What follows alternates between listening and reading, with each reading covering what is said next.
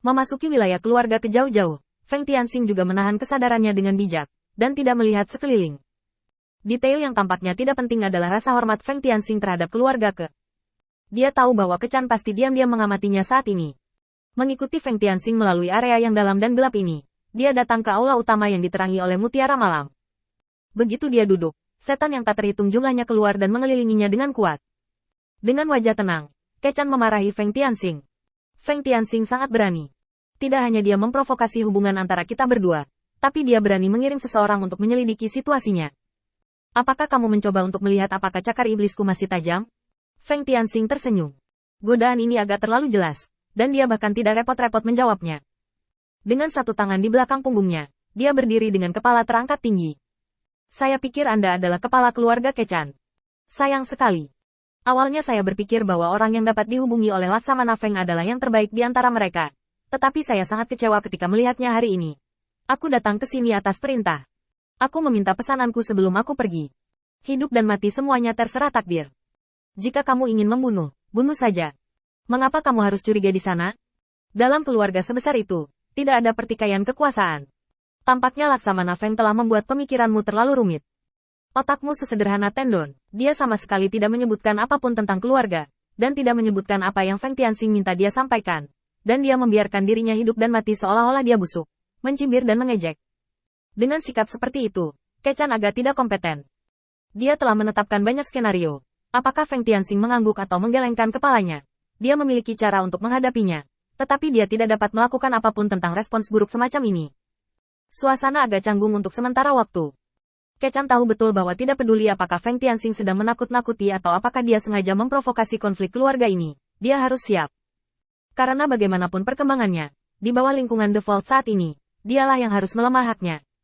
Kakak tertua sudah bersiap untuk menyerangnya, jadi bagaimana mungkin dia tidak melakukan persiapan? Bahkan jika itu hanya alarm palsu, akan lebih baik jika dia diam-diam menghapus sarana yang dia siapkan saat itu, daripada jika sesuatu terjadi, tetapi dia tidak berdaya.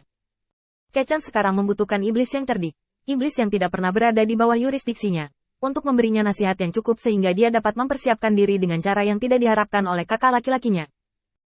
Jika kakak tertua benar-benar punya ide, maka orang-orang di sekitarnya tidak bisa dipercaya lagi. Inilah yang ditakuti Kecan. Dia khawatir pihaknya akan disusupi oleh kakak laki-lakinya, dan berbagai pengaturannya akan diketahui. Setelah hening sejenak, dia mengangkat tangannya untuk membiarkan orang kepercayaan ini mundur, dan kemudian perlahan-lahan mendatangi Feng Tianxing dengan ekspresi serius. Laksamana Feng tidak memintamu datang ke sini untuk berbicara omong kosong, atau untuk melihatku melakukan pertunjukan yang membosankan di sini. Katakan padaku, apa yang diminta Laksamana Feng untuk datang ke sini kali ini? Melihat Feng Tianxing tidak berbicara, dia menambahkan. Orang-orang yang baru saja muncul adalah semua bawahanku yang dapat dipercaya. Memanggil mereka adalah untuk berpura-pura bahwa aku telah membunuhmu, dan membiarkan mereka bertemu denganmu, pembawa pesan, sehingga mereka tidak perlu datang menemuiku di masa depan. Feng Tianxing mengangkat alisnya, lalu dia berbicara. Laksamana Feng meminta saya untuk datang menjadi penasihat Anda, karena saya khawatir pikiran sederhana Anda tidak akan mampu menangani urusan keluarga. Sudut mulut Kecan sedikit berkedut, Feng Tianxing ini mungkin tidak menganggapnya serius. Apakah lebih baik mengirim utusan untuk melakukan sesuatu daripada melakukannya sendiri? Bukankah ini membodohi mereka sebagai orang bodoh? Siapa yang akan mempercayainya? Feng Tianxing sedikit tersenyum. Berdasarkan informasi yang saya terima, Anda baru saja mengumpulkan sumber daya di tangan Anda, yang telah menarik perhatian Kedan. Tetapi dia belum bertindak untuk saat ini, dan diperkirakan dia belum memegang pegangannya. Situasinya sudah sangat berbahaya, begitu dia memastikan bahwa kamu memiliki hati yang berbeda. Di bawah situasi saat ini di mana kehampaan mengawasi, apakah menurutmu dia akan membunuhmu atas nama membunuh kerabat dengan benar? Laksamana Feng memberitahumu tentang ini di awal, hanya untuk membiarkanmu bersiap lebih awal. Aku tidak menyangka kamu membuat pilihan bodoh seperti itu. Sudut mulut Kecan sedikit berkedut, dan kesombongan barusan mereda sedikit dalam sekejap. Wajah kedamaian dan kegembiraan. Lalu bagaimana seharusnya masalah ini diselesaikan menurut pendapat Laksamana Feng? Feng Tianxing tertawa ringan. Kenapa minta dia memberimu solusi? Aku bisa memberimu metode perlindungan diri sementara sekarang. Aku tidak tahu apakah kamu masih ingat permintaan Laksamana Feng untuk menikah? Kekuatan Keke harus dipatahkan. Bukan karena Laksamana Feng tidak puas dengan pernikahan ini. Hanya saja Keke tidak memiliki kekuatan seperti itu dan tidak dapat menghalangi iblis lain. Sekarang kamu bisa dengan terang-terangan menyerahkan semua sumber daya ini kepada Keke. Ahli warismu harus mematuhi perintahmu, kan? Kata-kata ini mencapai hati Kechan dalam sekejap. Dia dengan cepat setuju. Oke, saya akan membuat pengaturan sekarang. Tetapi bagaimana saya bisa memberitahu kakak laki-laki tentang masalah ini? Jika saya mengirim seseorang untuk menjelaskannya, itu akan berlebihan. Tetapi jika saya tidak menjelaskannya, dia masih berpikir bahwa saya menimbun sumber daya, dan akan sulit untuk menargetkan saya. Selesai. Feng Tianxing terkekeh. Apa yang begitu sulit tentang ini? Mengapa Anda perlu mengambil inisiatif untuk memberitahunya bahwa meningkatkan kekuatan Keke satu tingkat, dan kemudian mempersiapkan pernikahan Laksamana He Feng, semuanya akan terselesaikan.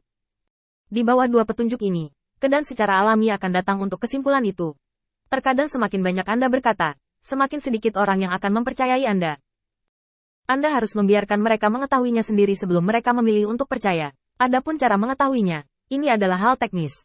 Kechan berpikir sejenak, meskipun dia sedikit bingung. Tetapi pada akhirnya dia tidak melakukan apa-apa. Berapa banyak orang di sekitar saya yang lebih dapat dipercaya daripada utusan yang dikirim oleh Feng Tianxing? Setidaknya dia masih menginginkan sesuatu dari dirinya sendiri. Setidaknya dia ada di sisinya. Oke, kalau begitu aku akan mengaturnya seperti ini. Apakah kamu akan tinggal di rumahku di masa depan? Feng Tianxing langsung menggelengkan kepalanya. Tidak, atur saja aku untuk pergi ke rumah Keke. Katakan saja bahwa aku adalah utusan yang dikirim oleh Laksamana Feng untuk menghubungi Nona Keke. Lagi pula, ini adalah masalah pernikahan Laksamana Feng, jadi kita harus mengidentifikasinya dengan hati-hati. Dari nona kata-kata dan perbuatan Keke, semuanya harus dipahami, kata Kechan tanpa ragu. Oke, saya akan membuat pengaturan sekarang, tapi apa yang harus saya lakukan selanjutnya? Haruskah saya melihat kakak saya menyelidiki saya? Feng Tianxing duduk, tetapi dia tidak melihat gerakan apapun. Auranya telah sepenuhnya menutup area sekitarnya. Ini adalah ruang yang sangat aman untuk berbicara. Langkah ini langsung membuat Kechan tidak bisa berkata-kata, kendali auranya sudah mencapai level ini, bahkan dia tidak sebaik itu. Ini hanyalah salah satu bawahan Feng Tianxing, jika dia datang sendiri, saya khawatir. Segera memahami posisinya di dalam hatinya, Kechan menunggu dengan sabar kata-kata Feng Tianxing selanjutnya.